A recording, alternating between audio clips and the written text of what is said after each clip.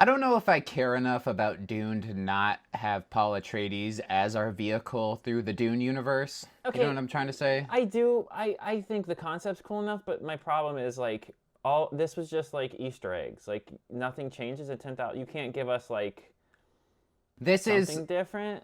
this is This Dune's Ballad of Songbirds and Snakes, where we're gonna do all the things you know from the original movies and books, just 10,000 years in the past, so we don't have to worry about anything we ruin in this show. That's exactly because I mean, like, it looks like nothing has changed in 10,000 years. They got all this crazy tech, all this weird stuff, all of this, just like from the movies now. So what's Yeah. the Yeah. 10,000 years is a difference? little. I That's would a have done long like time. 100 years and you're still in the clear for a while. Even 1,000 would be Even a not as thousand, crazy as you're still in the 10,000. you're still in the clear for a little bit. Yeah, 10,000's a little too much. And especially you're right. They're literally doing the Josh Brolin Yeah, they're Timothée showing you Chalamet like fight. basically Easter eggs from the original the ones we just watched. Like But I don't. hey, they're in a snowy planet now. What? Flipping What? the This is script? before it goes desert. I don't even Yeah. think it's Arrakis. I No, think it's it's a not. I completely know. different fucking thing. Yeah, I don't know. Max, you're fallen, bro. You're fallen. You got House of the Dragon, and now you have Space House of the Dragon. So I don't know. You got Hot D and then Space Hot D. Okay. Yeah, that's It feels like they're trying to make it Game of Thrones, and it's like everything they make now is very. is Game of Thrones. It's space Yeah. Game of Thrones. Someone Yeah. said like, what if we took? I mean, all of these stories have been written. I mean, like this is from the '60s, and then you got. But is George this, R.R. though? Took. If I'm just saying, I mean, like the original Dune stuff. True. You know what I mean? Like. True. That's why they're all very similar. George R.R. Martin probably read that and started writing. I'm going to write medieval Dune.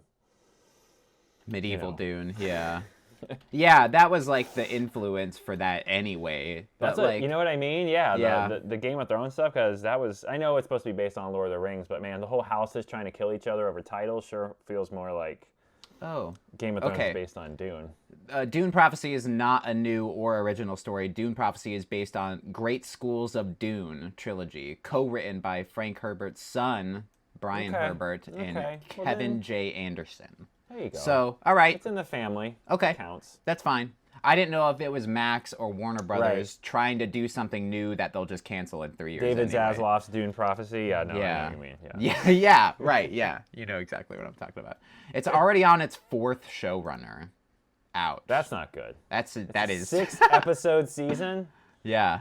Dune Prophecy has experienced a lot of behind-the-scenes upheaval. It's on its 4th showrunner, and director John Rennick left the show after a couple months of filming, which led to several major recastings and lengthy production hiatus. Ouch. So not a good start to our Yeah, Dune. which Game of Thrones had the same thing happen Bro, in the original pilot. I literally said this. They say it in the trailer. It's like Dune Prophecy, originally titled Dune Sisterhood. I was gonna say it should have been just called Sisterhood. Like, boom, right Prophecy there. is a cooler name, though. Prophecy's a way cooler name. And you get all those weird people that don't like any kind of women starring in anything. They lose their mind and they see Yeah, but- Sisterhood and they wouldn't watch it. I'm just saying, people are morons. But 10,000 years ago, are they really gonna go into the prophecy that they did in Dune 2, where he's like, Lisan al-Gaib? لسان الغيب لسان الغيب Yeah, that's what they're gonna do. They're gonna set up the But movies it's now, but from 10,000 years. 10,000 years ago.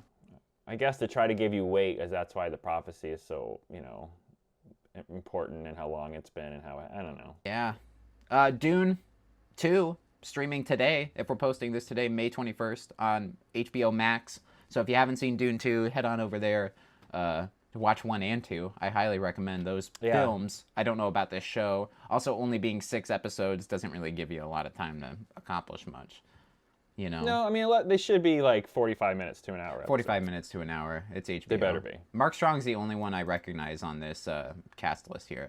Emily Watson, Olivia Williams, Jodie May, Travis Fimmel, and Sarah Sophie Buscina. But yeah, Mark Strong Strong makes everything better. I'm okay with that. The second he showed up, I was about to be like, I'm out in. Oh, hey, Mark. Oh, never mind. Yeah. Oh, Hi, Mark.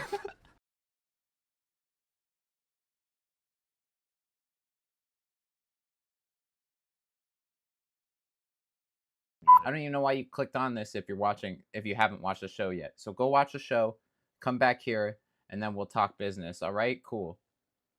So you're back. Awesome. You watched the show. Wasn't it great? Wasn't it fucking awesome? Wasn't it everything you could possibly want from an X-Men 97 reboot show?